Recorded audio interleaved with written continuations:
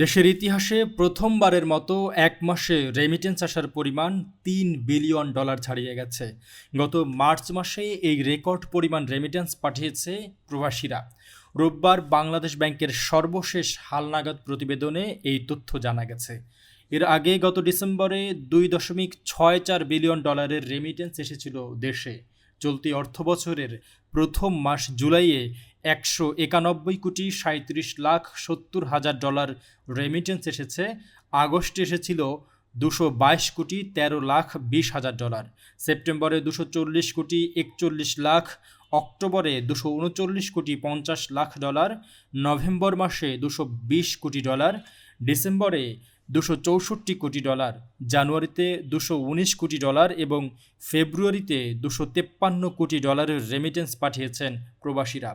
এর আগে 2020 সালের করোনাকালীন সময়ে জুলাই মাসে $2.59 বিলিয়ন রেমিটেন্স এসেছিল। সেই রেকর্ড ভাঙে 2024 সালের বিজয়ের মাস ডিসেম্বরে।